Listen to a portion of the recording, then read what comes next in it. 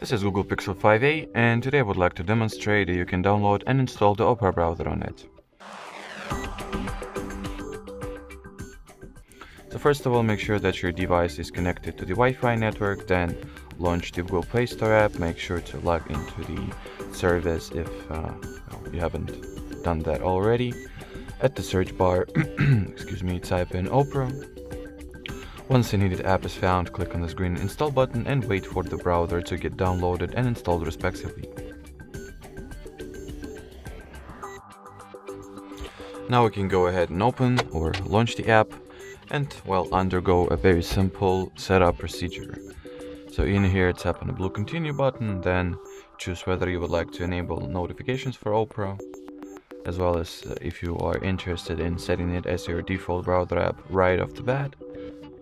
And on the final page, you can either customize the permissions that will be granted to Opera or simply allow everything that it asks for and start using the app already. So that will be it for this video. Thanks for watching, thanks for your attention, and bye-bye.